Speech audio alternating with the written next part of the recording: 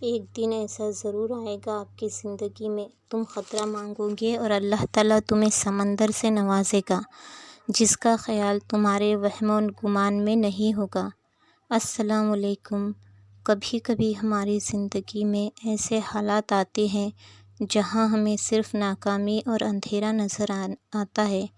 ایسا لگتا ہے اب سب ختم ہو گیا، ہر طرف مایوسی نظر آتی ہے اور ہم حالات کے آگے مجبور ہو جاتے ہیں اور اللہ پر سے یقین پوری طرح ہٹا دیتے ہیں اور پورا یقین اللہ پر سے ختم ہو جاتا ہے، جس کا نتیجہ یہ نکلتا ہے کہ ہمیں یہ لگتا ہے کہ اللہ کبھی ہماری دعا کو نہیں سنے گا اور ہمارے یہ جو حالات ہیں بگڑے ہوئے یہ کبھی نہیں بدلیں گے، جس کے نتیجے ہم دھیرے دھیرے اللہ سے کیا ہوتے جاتے ہیں، دور ہوتے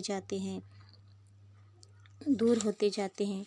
لیکن یاد رکھیے، اللہ کبھی اپنے بندے کو نہیں بھولتا۔ کبھی اللہ آپ کے حالات کو فوراً بدلتا ہے، کبھی دیر سے، اور کبھی اتنا دیتا ہے کہ انسان کیا ہو جاتا ہے، حیران ہو جاتا ہے اور ہر چیز اس کو کیا ہونے لگتی ہے، اپنے حق میں ہوتی ہوئی نظر آتی ہے۔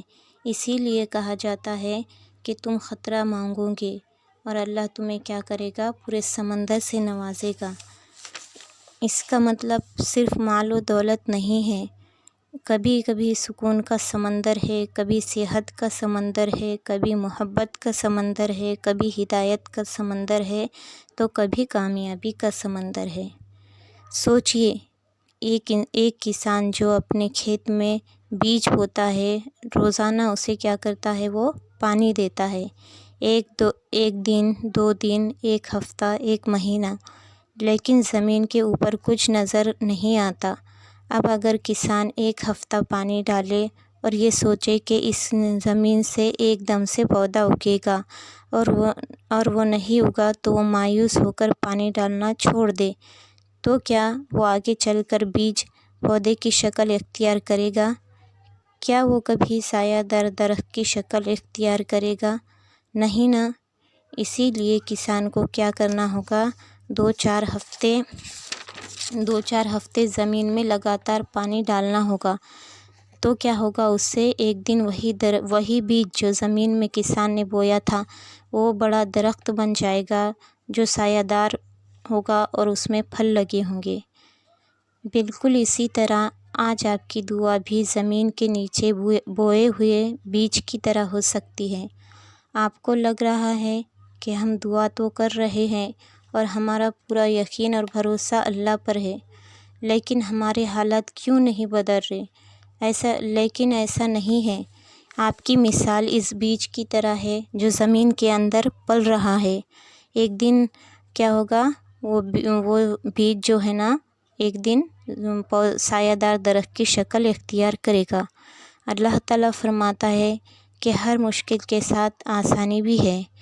آج زندگی میں آپ کے ساتھ جو ہو رہا ہے، انشاءاللہ وہ تکلیف جو آپ سہ رہے ہیں، انشاءاللہ وہ تکلیف اللہ آپ کی زندگی سے ضرور ختم کر دے گا اور اندھیرے سے نکال کر آپ کی زندگی کو روشن کر دے گا۔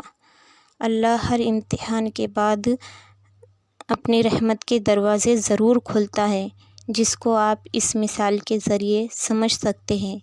ایک بچہ جو شروع میں سائیکل چلانا سیکھتا ہے، پہلے دن وہ سائیکل چلاتا ہے تو گرتا ہے، پھر دوسرے دن اٹھ کر وہ کیا کرتا ہے، سائیکل چلاتا ہے، پھر گرتا ہے، پھر تیسرے دن وہ سائیکل چلاتا ہے، پھر گرتا ہے، اور وہ تیسرے دن ہار مان لے اور وہ سائیکل چلانا چھوڑ دے تو کیا ہوگا، وہ کبھی سائیکل چلانا نہیں سیکھے گا، لیکن وہ گر کر بھی اٹھے گا اور کوشش کرتے رہے گا اور ہار نہیں مانے گا تو ایک دن وہ کیا ہوگا، پرفیکٹ، پوری اچھی طرح سے کیا ہوگا، سائیکل چلانا سیکھ لے گا۔ یہ کس لیے ہوتا ہے کہ اس نے ہار نہیں مانی، بلکہ گرنے کے باوجود بھی وہ یقین کے ساتھ اٹھا کہ وہ ایک دن اچھی طرح سے سائیکل چلانا سیکھے گا۔ زندگی بھی اسی طرح ہے، گرنا ناکامی نہیں ہے بلکہ گر کر رک جانا ناکامی ہے۔ حضرت یوسف علیہ السلام کا واقعہ تو آپ نے سنا ہوگا، اس میں ان کی زندگی کو دیکھ لیجئے۔